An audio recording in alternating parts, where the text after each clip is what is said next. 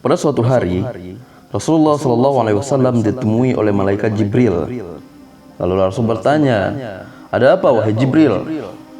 Jibril menjawab, "Wahai Muhammad, sesungguhnya hari ini Allah Subhanahu wa Ta'ala sedang mengobarkan nyala api neraka dan seluruh malaikat amat ketakutan. Mereka tidak tahu harus bagaimana. Untung aku ingat bahwa engkau adalah sumber cinta dan sayang Allah Subhanahu wa Ta'ala kepada alam semesta.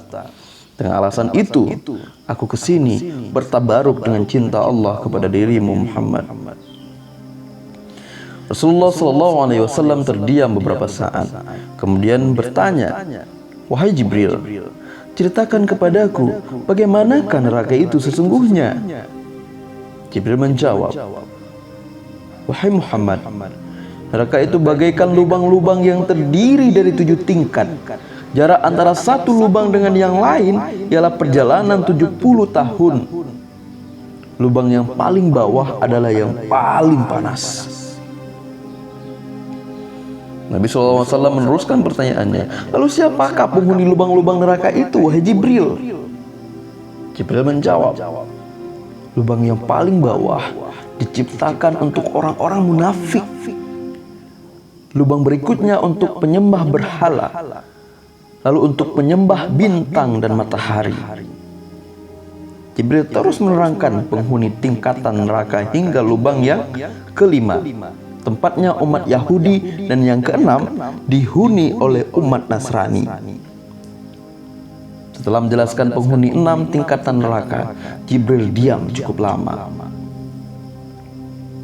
SAW penasaran bertanya kembali, "Wahai Jibril, siapakah penghuni neraka yang ke-7?"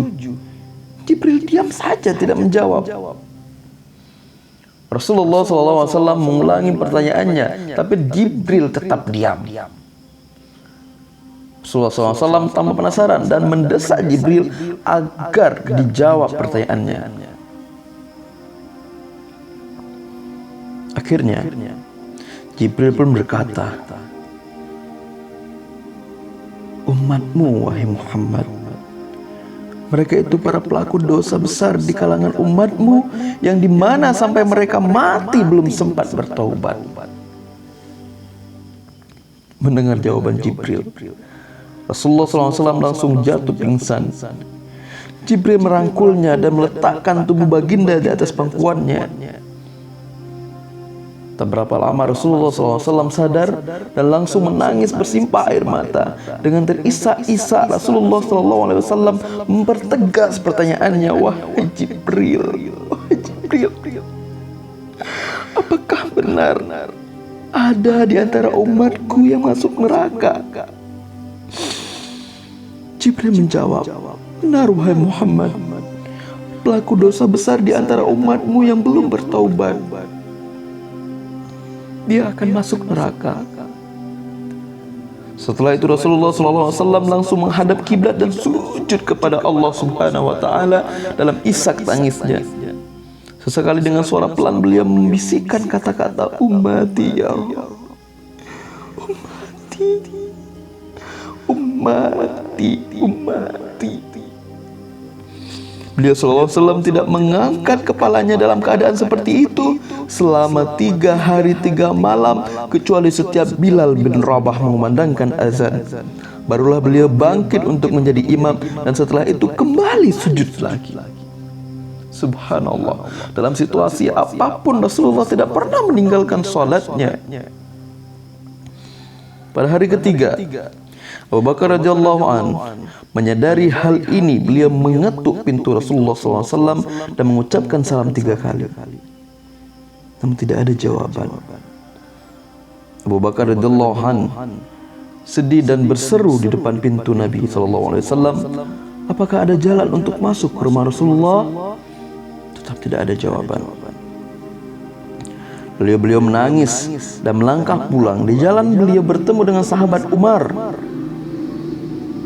"Mengapa engkau menangis, wahai Abu Bakar?" tanya Umar.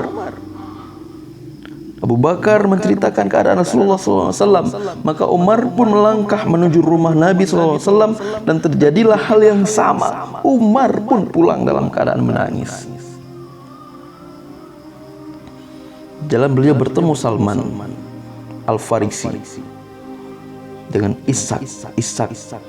Umar bercerita kepada Salman hingga membuat dia amat sedih, namun dia tidak berani mengulangi hal yang sama. Salman melangkah menuju rumah Fatimah dan menceritakan hal itu kepada Fatimah.